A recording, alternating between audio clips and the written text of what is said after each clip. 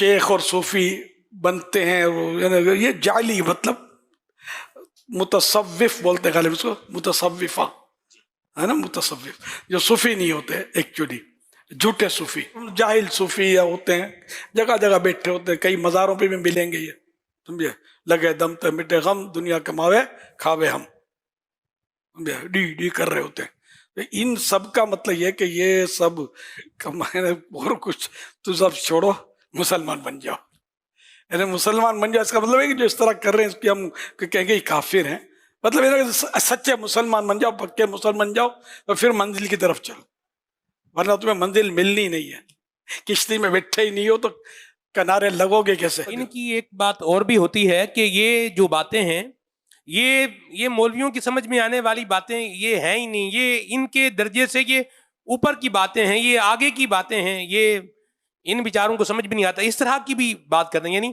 عقیدے کی، عمل کی اصلاح کی بات کریں، اور جیسے نماز ہے، عبادت ہے، شریعت کے احکامات کی پاسداری ہے، تو پھر اس طرح کی بات کرتے ہیں جیسے میں نے ابھی تھوڑی دیر پہلے عرض کی ہے۔ ہاں یہ بولتے ہیں مطلب اس طرح کہ مطلب مولوی اور فقیر کی جنگ پرانی ہے، مطلب یہ مولوی ہو رہے فقیر ہو رہے، یہ ہماری بات نہیں، ان کو کہاں سمجھ میں، مولویوں کو آتا ہے کیا ہے یار،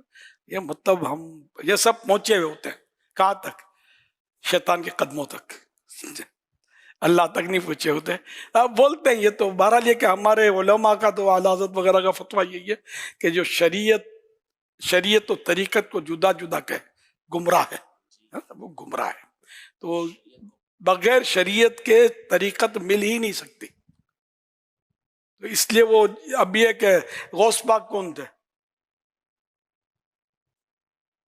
عالم تو تھے، کیونکہ ولایت کے لیے عالم ہونا شرط ہے، تو عالم تو تھے۔ جتنے بھی اولیاء کرام کی آپ تاریخ اٹھا لیں، یہ سب بڑے بڑے عالم تھے، علماء تھے، اور جو بھی اس طرح کے مطلب جو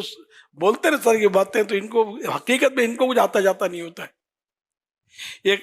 اب یہ بعض ہوگا تقریری بھی کرتے ہیں اس طرح کے لوگ، تو ان کو جن کو تھوڑی بہت معلوم ہوتا ہے اس کو پتا ہوتا ہے، یا کہ تصوف کی کتابوں میں یہ پڑھتے ہیں، کچھ نہ کچھ رٹ لیتے ہیں،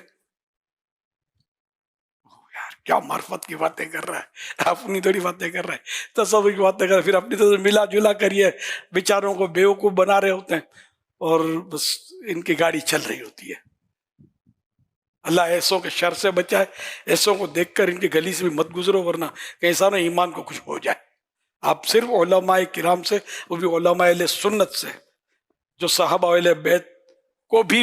بالکل کمپلیٹلی مانتے ہوں، کسی بھی صحابی پر، کسی بھی اہل بیت کے فرد پر تنقید کا نہ کرتے ہوں، ایسے سنی پکے جو اعلیٰ حضرت رحمۃ اللہ علیہ کو صحیح معنوں میں مانتے ہو، ماننے کا دعویٰ تو بہت کرتے ہیں، صحیح معنوں میں مانتے ہو، بس ان کی بات سنو، ان کی صحبت ملے تو سعادت کی بات ہے، عالم با عمل ہو، ہے نا، سعادت کی بات ہے، ورنہ پھر یہ کہ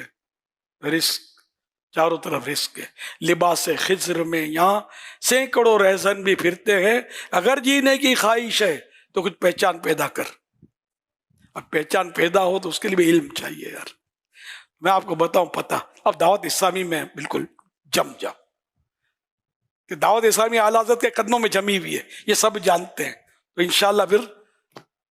آپ کے ایمان کو کچھ نہیں ہوگا انشاءاللہ، امید ہے، ہم امید رکھ سکتے ہیں اللہ کی رحمت سے۔ آپ دعوت اسلامی کو چھوڑیں گے، ادھر گئے تھوڑا ادھر چکھا، ادھر تھوڑا، تو پھر کہیں ایسا نہ کچھ ہو جائے کہ آپ کی پہچان نہیں ہے نا، مسئلہ یہ ہے۔ اللہ کریم دعوت اسلامی کو سلامت رکھے،